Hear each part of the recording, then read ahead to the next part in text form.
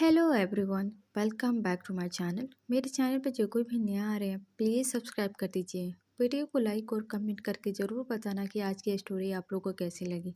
तो चलिए स्टोरी शुरू करते हैं। पिछले पार्ट में हमने देखा था मैडम लैन वांग जी को एक जोर का थप्पड़ मारती है। मैडम लैन के आंखों में आंसू थे।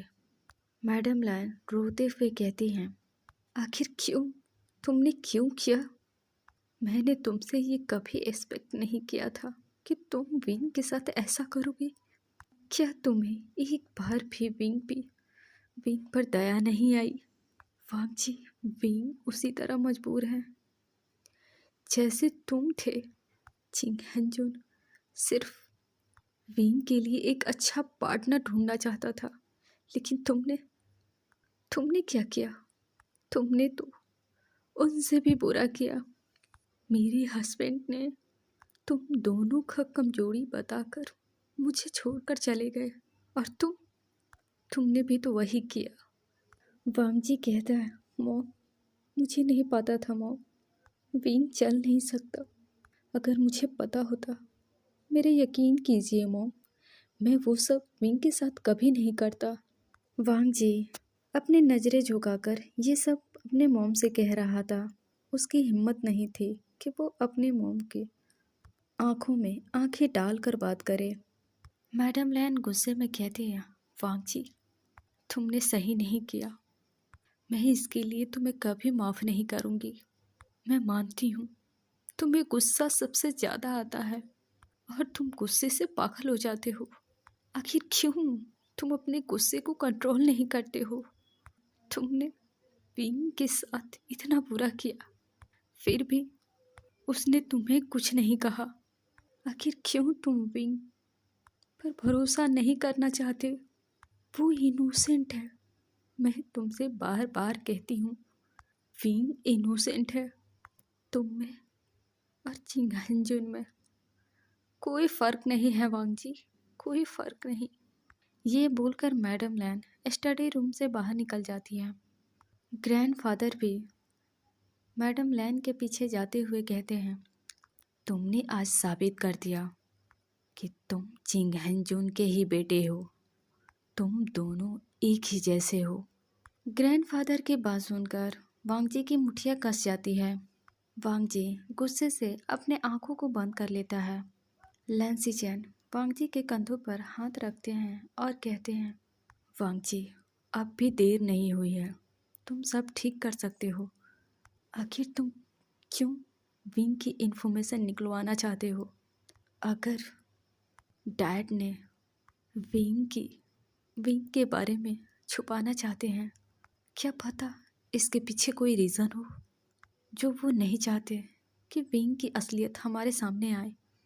मैं मानता हूँ तुम्हारे साथ डैड ने जो भी किया वो गलत था, पर तुम इसका जिम्मेदार विंग को क्यों ठहरा रहा है? तुम डैड के गुस्सा विंग पर क्यों उतार रहे हो? क्या इसलिए विंग को डैड लेकर आए हैं? क्या इसलिए विंग को तुम्हारे लिए डैड ने चुना है? शायद इसलिए तुम विंग पे भरोसा नहीं कर पा रहे हो। वांग जी, मेरा यकीन करो, अगर विंग को कुछ करना होता वो पहले ही कर चुका होता। अगर विंग इस घर में गलत इरादों से आया होता तो अब तक वो कर चुका होता जिस इरादे से वो आया हो। क्या तुम ये सब भूलकर आगे नहीं बढ़ सकते? क्या तुम विंग के बारे में जानने की कोशिश नहीं करोगे? वांग जी, तुम विंग की समझने को कोशिश करो, देखना सब ठीक हो जाएगा। ये बोलकर लैंसी चैन स्टडी रूम से बाहर चले जाते हैं। वांग जी सभी की बात सुनकर इस वक्त बहुत गुस्से में था। वांग जी अपने रूम में जाता है और फ्रेश होकर रेडी होता है और बिना ब्रेकफास्ट किए ऑफिस निकल जाता है। वहीं हमें रात का सीन दिखाया जाता है। विंग लैन मैंसन आ चुका था। उसे हॉस्पिटल से डिस्चार्ज मिल चुकी थी, इसलिए वो अब लैन मैंसन था। विंग को वहाँ देखकर सभी लोग बहुत हैप्पी थे। सभी के साथ विंग स्माइल करके बातें कर रहा था। तभी विंग की नज़र वांगजी पर जाती है, जो अभी अभी ऑफिस से आया था और अपने रूम के तरफ जा रहा था। वांगजी को देखकर विंग की स्माइल जैसे गायब ही हो जाती है। विंग ने जैसे ही वांगजी को देखा, वो डरने लगा। विंग डर से कांप रहा था। वो इसलिए डर रहा था कि वांगजी ने उसके फैमिली से विंग को बात करते हुए देख लिया है और वो इसलिए उसे सज़ा देगा। विंग जल्दी से वहाँ से उठकर अपने रूम की तरफ जाने लगता है। तभी जिंगी रुकते हुए कहता है, विंग तुम कहाँ जा रहे हो? क्या तुम्हें डिनर नहीं करना? विंग अपने रूम की तरफ जाते हुए कहता है, वो मैं अपने रूम में ही डिनर कर लूँगा। मैं बहुत थका हुआ हूँ और मैं आराम करना चाहता हूँ, इसलिए मैं अपने कमरे में जा रहा हूँ। अचानक से विंग को डरते हुए देखकर सब लोग कंफ्यूज थे। तभी सबकी नज़र सीढ़ियों पर जाती है, जहाँ से वांगजी अपने रूम की तरफ जा रहा था। अब सबको विंग की डर के वजह समझ में आ चुका था। विंग को इतना घबराया हुआ देखकर मैडम लैन कहती है, ठीक है विंग, मुझे लगता है तुम्हें आराम करना चाहिए, जाओ जाकर रेस्ट करो। ये बोलकर मैडम लैन जिंकी को देखती है और कहती है, तुम विंग के साथ जाओ और उसे उसके रूम में छोड़कर आओ। मैं विंग के लिए डिनर उसके रूम में ही लेकर आऊँगी। विंग वही डिनर करेगा। जिंकी कहता है, ठीक है। जिंकी विंग का हाथ पकड़ता है और उसके रूम की तरफ ले जाने लगता है। विंग जाते हुए वांगजी को देख रहा था। वहीं वांगजी की नज़रें विंग के पीछा कर रही थी। वांगजी तब तक देखता है जब तक विंग अपने रूम में न चला गया। विंग के जाने के बाद वांगजी भी अपने रूम में चला जाता है। अब हमें डिनर का वक्त दिखाया जाता है। सभी लोग डाइनिंग टेबल पर बैठे हुए थे। मैडम लैन सभी को डिनर सर्व कर रही थी। तभी वहाँ जेंग जेंग आता है। वो अभी अभी हॉस्पिटल से आ रहा था। तभी मैडम यू जेंग जेंग को देखती है और कहती है, चैंग तुम जल्दी से फ्रेश होकर आओ और डिनर कर लो। जेंग जेंग नोट करता है, अपने रूम में जाता है और वो जल्दी से फ्रेश होता है। डिनर के लिए नीचे आता है। जेंग जेंग डाइनिंग टेबल पर बैठ जाता है। सभी को देखकर जेंग जेंग कहता है, क्या पिंग ठीक है? मैडम लैन नोट करती हैं। जेंग जेंग स्माइल करता है और कहता है, विंग जल्द ही ठीक हो जाएगा। क्या विंग यहाँ नहीं आया? क्या वो डिनर नहीं करेगा? मैडम लैन कहती है, उसके पैरों में दर्द हो रहे थे, इसलिए वो आराम के लिए चला गया। जेंग जेंग जैसे ही सुनता है तभी उसे याद आता है, उसे तो पहले विंग को चेक करना था। जेंग जेंग अपनी जगह से उठता है और कहता है, सॉरी, आप सभी अपना डिनर करो और मैं अभी आता हूँ। तभी मैडम यू गुस्से से कहती हैं, तुम कहाँ जा रहे हो डिनर को ऐसे बीच में छोड़कर? क्या तुम में इतना भी मैनर्स नहीं है? सभी बड़े तुम्हारे सामने बैठे हैं और तुम इस तरह से उठकर कहाँ जा रहे हो? जेंग जेंग कहता है, मैं बस विंग के पास जा रहा हूँ, उसे चेक करना था। आप सब डिनर करिए, मैं अभी आता हूँ। ये बोलकर जेंग जेंग विंग के रूम में चला जाता है। जेंग जेंग विंग के पैरों को अच्छे से चेक करता है और विंग से कुछ देर बातें करता है। बातें करने के बाद वो जाके डिनर करता है और अपने रूम में चला जाता है, क्योंकि सभी लोग डिनर करके अपने अपने रूम में जा चुके थे। विंग भी डिनर कर चुका था।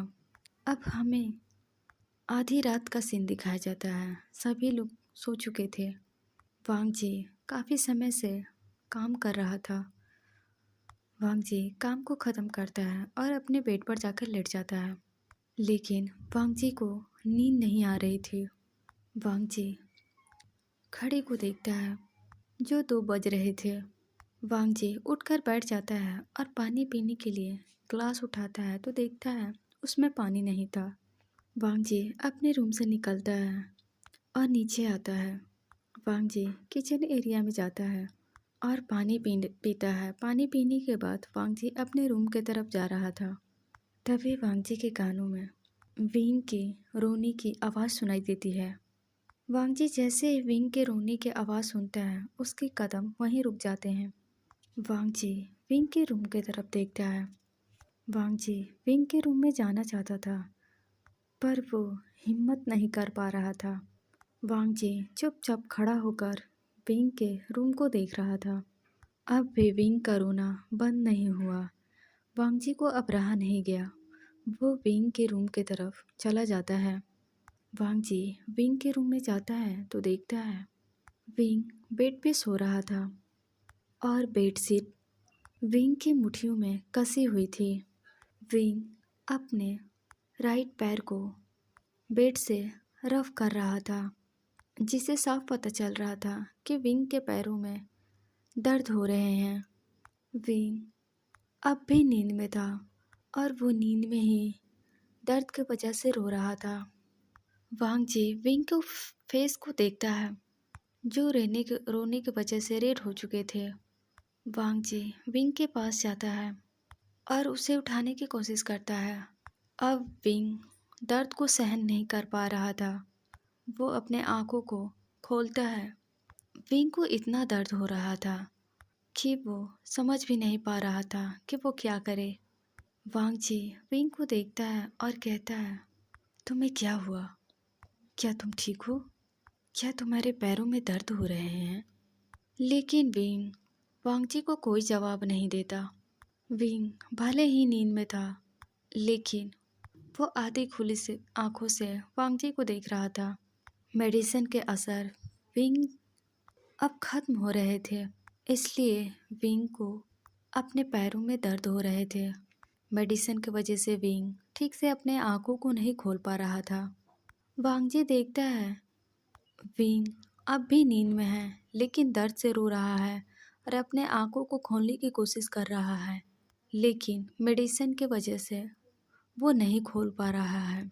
नींद की मेडिसिन की असर अब भी विंग पर थे, लेकिन दर्द का असर ख़त्म हो चुका था, इसलिए विंग को अपने पैरों में दर्द हो रहा था।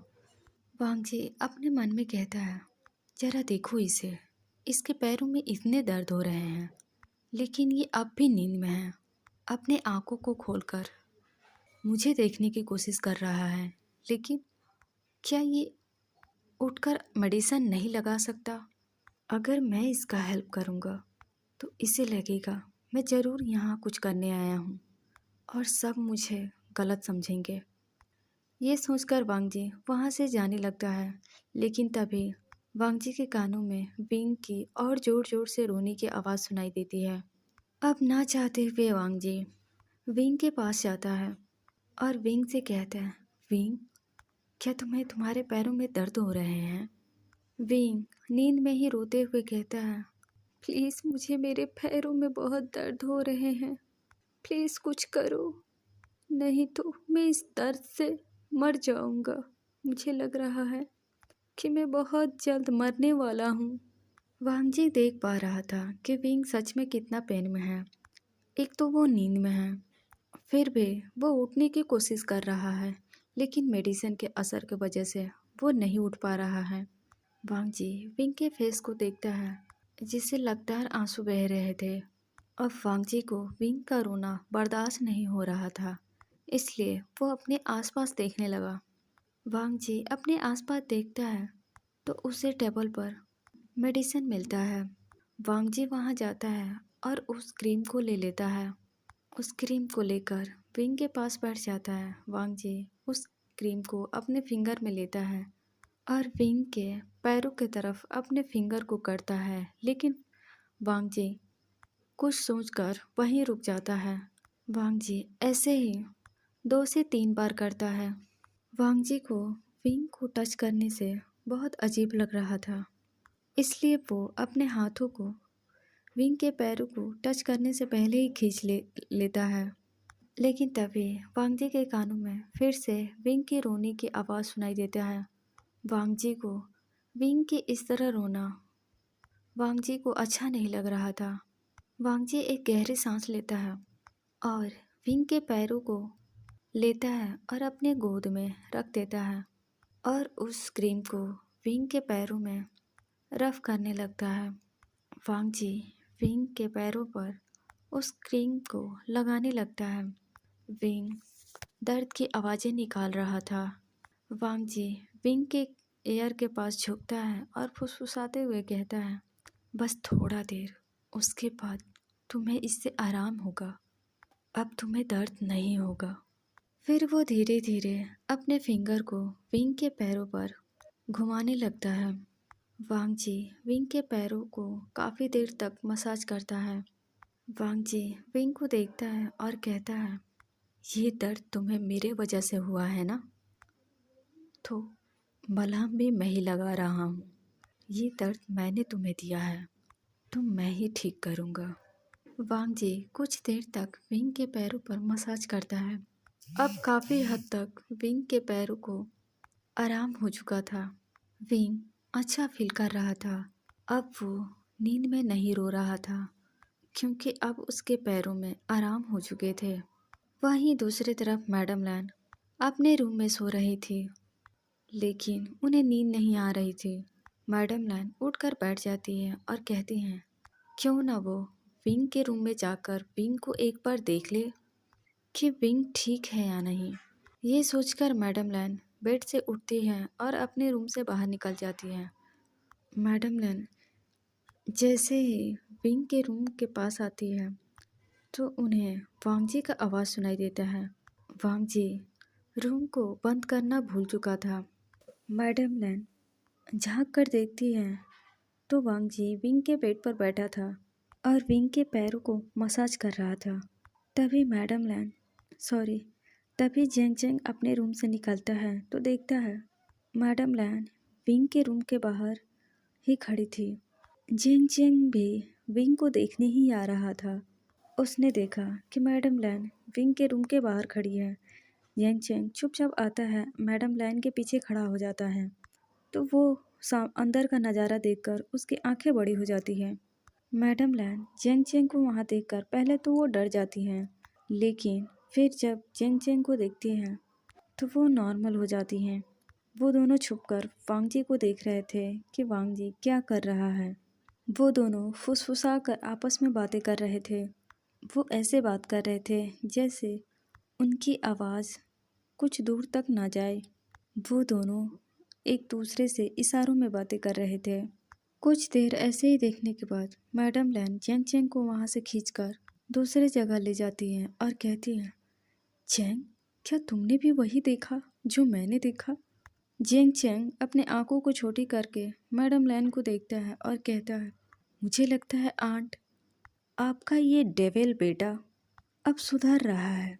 मैडम लैन खुश होते हुए कहती हैं, ओ माय गॉड, मैंने तो सोचा भी नहीं था वांग जी ऐसा भी कुछ कर सकता है। जेंग चेंग जल्दी से मैडम लैन को शांत करवाते हुए कहता है, आंट आप धीरे बोलो, नहीं तो वो आपका डेविल बेटा सुन लेगा तो आपको पता है ना वो क्या करेगा हमारे साथ।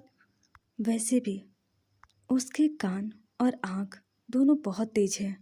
मैडम लैन स्माइल कर रही थी क्योंकि वो बहुत खुश थी कि वांग जी विंग को समझने की कोशिश कर रहा है और वो विंग का केयर कर रहा है।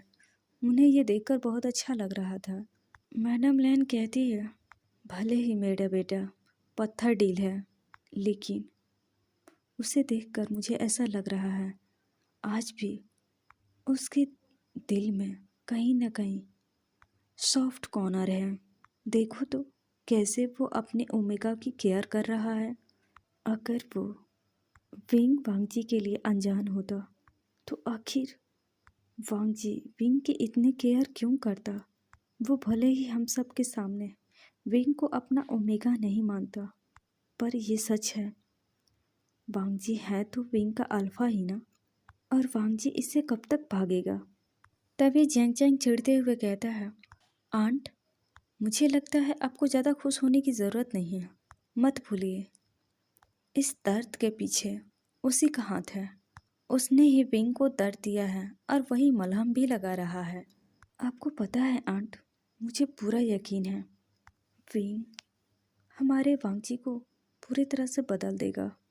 विंग के आने के बाद वांग जी बदल रहा है, क्योंकि मैंने वांगजी को देखा है। देखना आंट, एक दिन हमारा वांगजी पूरी तरह से बदल जाएगा और उसके बदलने का वजह विंग होगा। मैडम लैन स्माइल करते हुए कहती है, मैं चाहती हूँ मेरी बेटी के लाइफ में खुशियाँ आए, वो भी हम सब की तरह खुश रहे। मुझे भी पूरा यकीन है एक दिन सब ठीक हो जाएगा। वांगजी और विंग दोनों एक दूसरे के करीब आ रहे हैं। ये बोलकर मैडम लैन स्माइल करने लगती हैं। कुछ देर बाद वो दोनों अपने अपने रूम में चले जाते हैं। दूसरी तरफ वांगजी विंग के पैरों को मसाज कर रहा था, लेकिन वांगजी की नज़र विंग के लिप्स पर थे। विंग अपने लिप्स को पाउट बना रखा था। विंग नींद में ही अलग अलग तरीके के मुंह बना रहा था। विंग को ऐसे देखकर वांगजी का गला सूख रहा था। वांगजी को जैसे यकीन हो जाता है कि अब विंग को दर्द नहीं हो रहा। वांगजी धीरे से विंग के पैरों को बेड पर रखता है और विंग के ऊपर ब्लैंकेट कर देता है। विंग नींद में ही वांगजी के हाथों को पकड़ लेता है। ये देखकर वांगजी वहीं रुक जाता है। वांगजी विंग के फेस को देखता है। तभी वांगजी की नज़र विंग के लिप्स पर जाती है। वांगजी विंग के लिप्स को देखते हुए कहता है, मैंने तुम्हारा दर्द कम कर दिया, अब तुम्हें मुझसे क्या चाहिए? मैंने आज तुम्हारा केयर किया, इसका मतलब ये नहीं कि मैंने तुम पर भरोसा किया। मैंने आज तुम्हारे साथ जो भी किया, इससे ये मत समझना द लैन वांगजी के लिए तुम इम्पोर्टेंट हो। अब मैं तुम्हारे लिए कुछ भी नहीं करने वाला, तो इसलिए सो जाओ, काफ़ी रात हो चुकी है। ये बोलकर वांगजी विंग के लिप्स को और झुकता है और हल्का सा किस करता है और कहता है, गुड नाइट लिटिल बनी। फिर से वांगजी विंग के लिप्स पर किस करता है। वांगजी के ऐसा करने से विंग के फेस पर स्माइल आ जाती है। विंग वांगजी के हाथों को छोड़ देता है। ये देखकर वांगजी विंग के फेस को देखता है और उस रूम से बाहर चला जाता है। ऐसे ही दिन बीत रहे थे। वांगजी विंग के लिए केयर करने लगा था, क्योंकि वो अब भी गिल्ट में था। वांगजी हर रात विंग के पास आता था और उसे उसकी केयर करता था। अब धीरे धीरे विंग भी ठीक हो चुका था। रात को जब भी वांगजी अपने ऑफिस से आता था, सभी के सो जाने के बाद वांगजी विंग के रूम में जाता और इसी तरह विंग के केयर करता। वांगजी विंग का केयर करता, उसके पैरों को मसाज करता और विंग के चिक्स पर किस करता या फिर लिप्स पर किस करता। उसके बाद अपने रूम में चला जाता। वांगजी हर रात गुड नाइट किस करता था, उसके बाद ही अपने रूम में जाता। विंग इस बात से अनजान था कि माफिया किंग उसका केयर कर रहा है। लेकिन कुछ दिनों से वांगजी विंग के पास नहीं आ रहा था, क्योंकि विंग ठीक हो रहा था। अब वेंचिंग ने विंग को नींद की दवाइयाँ नहीं देती। सॉरी जेंगचिंग विंग को नींद की दवाई नहीं देता। वांगजी को डर था कहीं विंग को उसके बारे में पता ना चल जाए। वही मैडम लैन वांगजी में इस बदलाव को साफ साफ देख पा रही थी। वो ये भी देख पा रहे थे कि अब वांगजी विंग को परेशान नहीं करता और विंग हैप्पी हैप्पी रहने लगा। वो सभी के साथ अच्छे से बातें करता था और सभी के साथ खुश रहता था और आजकल विंग शरारतें भी करने लगा। ऐसे ही काफ़ी दिन बीत गए। एक रात विंग अपने रूम में सो रहा था, लेकिन विंग को नींद नहीं आ रही थी। वो इधर से उधर करवटें ले रहा था, क्योंकि बाहर काफ़ी बारिश हो रही थी। बारिश की वजह से विंग नहीं सो पा रहा था, क्योंकि उसे बारिश से डर लगता था।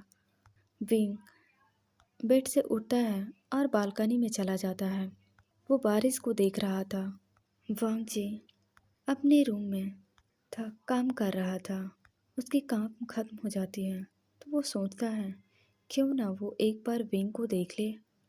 वांग जी अपने लैपटॉप को एक साइड करता है और विंग के रूम की तरफ चला जाता है। वांग जी विंग के रूम में आता है तो देखता है विंग बेड पर नहीं था। वांग जी की नज़र उस रूम के चारों ओर जाती है पर उसे विंग कहीं नहीं दिखाई देता। वांग जी जल्दी से विंग के बाथरूम चेक करता है लेकिन विंग वहाँ भी नहीं था। अब वांग जी हर जगह विंग को चेक करने लगता है पर वांग जी को विंग नहीं मिलता। अब वांग जी कुछ सोचता है और बालकनी में जाकर देखता है तो विंग वहीं खड़ा था और बाहर का नज़ारा देख रहा था। वांग जी देखता है विंग बारिश में भीग रहा था। शायद विंग किसी सोच में गुम था। विंग को पता भी नहीं कि वो कब से बारिश में भीग रहा है। वांग जी विंग के पास जाता है और विंग को पता भी नहीं चलता। वांग जी विंग के पीछे आकर खड़ा हो जाता है। वांग जी विंग को ही देख रहा था। बारिश में भीगने की वजह से विंग के कपड़े विंग के बॉडी में चिपक गए थे। विंग के बालों से पानी होकर उसके फेस पे आ रहे थे। विंग इस वक्त वाइट सूट में था। विंग के भीगने की वजह से उसके पूरे बॉडी रिजेबल हो रहे थे। विंग के बॉडी वांगजी साफ साफ देख पा रहा था। विंग के चेस्ट वांगजी को दिखाई दे रहे थे जो थोड़ा बड़े थे। वांगजी की नज़र विंग के चेस्ट पर थे। वो बस विंग के बॉडी को ऊपर से नीचे तक देख रहा था। न जाने क्यों वांगजी के कदम विंग की ओर बढ़ जाते हैं। वांगजी विंग के और करीब चला जाता है। जैसे ही विंग को महसूस हुआ कि उसके पीछे कोई खड़ा है तो विंग पीछे मुड़कर देखता है। सॉरी। वांगजी विंग के पीछे आकर खड़ा हो जाता है। विंग को जैसे ही महसूस होता है कि उसके पीछे कोई खड़ा है जो एक टक उसके ही चेस्ट की तरफ देख रहा है। विंग जल्दी से वांगजी की तरफ मुड़ता है और वांगजी को देखता है। विंग वांगजी के नज़रों को फॉलो करता है तो देखता है वांगजी उसके चेस्ट की तरफ देख रहा है। विंग जल्दी से अपने चेस्ट पर अपने हाथ को रख लेता है जैसे वो छिपा रहा हो। वांगजी साफ साफ पीछे से ही विंग की चेस्ट को देख पा रहा था क्योंकि विंग के शर्ट के 2 बटन खुले हुए थे। वांगजी विंग के बहुत करीब था इसलिए वो पीछे से ही देख पा रहा था। अब विंग को डर लग रहा था। वांगजी ऐसे उसे क्यों देख रहा है। विंग के लिप्स डर की वजह से कांप रहे थे। विंग को बारिश से बहुत डर लगता है लेकिन ना जाने क्यों विंग फिर भी इस बारिश में भीग रहा था। वांगजी विंग के कांपते हुए लिप्स को देख रहा था। वांगजी विंग को अपने करीब कर लेता है और विंग को देखने लगता है। वांगजी विंग डर से कांप रहा था। विंग डरते हुए कहता है, आप ये क्या कर रहे हो? क्या आप मुझे फिर से सज़ा देने के लिए आए हो? विंग की आवाज़ कांप रही थी। वांगजी एक टक विंग के लिप्स को मूव होते हुए देख रहा था। वांगजी कहता है, मैं तुम्हें सज़ा क्यों दूंगा? विंग सच में वांगजी से डरा हुआ था क्योंकि वांगजी जब भी उसके पास आता है उसे सज़ा देने के लिए ही आता है। विंग डरे हुए नज़रों से वांगजी को देख रहा था। विंग के मन में वांगजी के लिए डर बैठ चुका था। इस तरह विंग को देखकर वांगजी को अच्छा नहीं लगा कि किस तरह विंग उससे डर रहा है। वांगजी विंग के लिप्स के करीब जाता है और कहता है, डोंट वरी, मैं तुम्हें यहाँ कोई सज़ा देने के लिए नहीं आया हूँ। मैं तुम्हें कोई दर्द नहीं दूंगा, इसलिए तुम डरना बंद करो। वांगजी के दोनों हाथ लगातार विंग के बॉडी पर मूव हो रहे थे। जैसे जैसे वांगजी के हाथ विंग के बॉडी पर मूव हो रहे थे विंग की आंखें बंद हो जाती है। विंग डर के वजह से अपने आंखों को बंद कर लिया। उसे नहीं पता वांगजी ये क्या कर रहा है। वांगजी कहता है, माय लिटिल वाइफ, अपनी आंखों को ओपन करो और मुझे देखो। वांगजी ने ये इतना जेंटल वॉइस में कहा कि विंग अपने आंखों को खोलकर वांगजी को देखने लगा। वांगजी ने पहली बार विंग से इतना प्यार से बात किया। वांग जी विंग के आइस को ही देख रहा था। वांग जी विंग के आइस में पूरी तरह से डूबना चाहता था। वांग जी विंग के आइस पर किस करता है। विंग कसकर अपने आंखों को बंद कर लेता है। वांग जी विंग के दोनों आंखों पर किस करता है। विंग के दोनों हाथ वांग जी के शर्ट पर कसे हुए थे। जैसे जैसे वांग जी विंग को किस कर रहा था, विंग वांग जी के शर्ट को टाइटली पकड़ लिया। वांग जी विंग के पूरे फेस पर किस करने के बाद अब उसके लिप्स को देखता है। तो चलिए गाइस, मैं इस स्टोरी को यहीं रोकती हूँ क्योंकि मुझे बहुत नींद आ रही है और मैं नींद के वजह से मैं बहुत सारी गलतियाँ भी कर देती हूँ। एक आप लोग हो जो जल्दी सब्सक्राइब नहीं करते हो और ना ही जल्दी लाइक करते हो। प्लीज़ आप लोग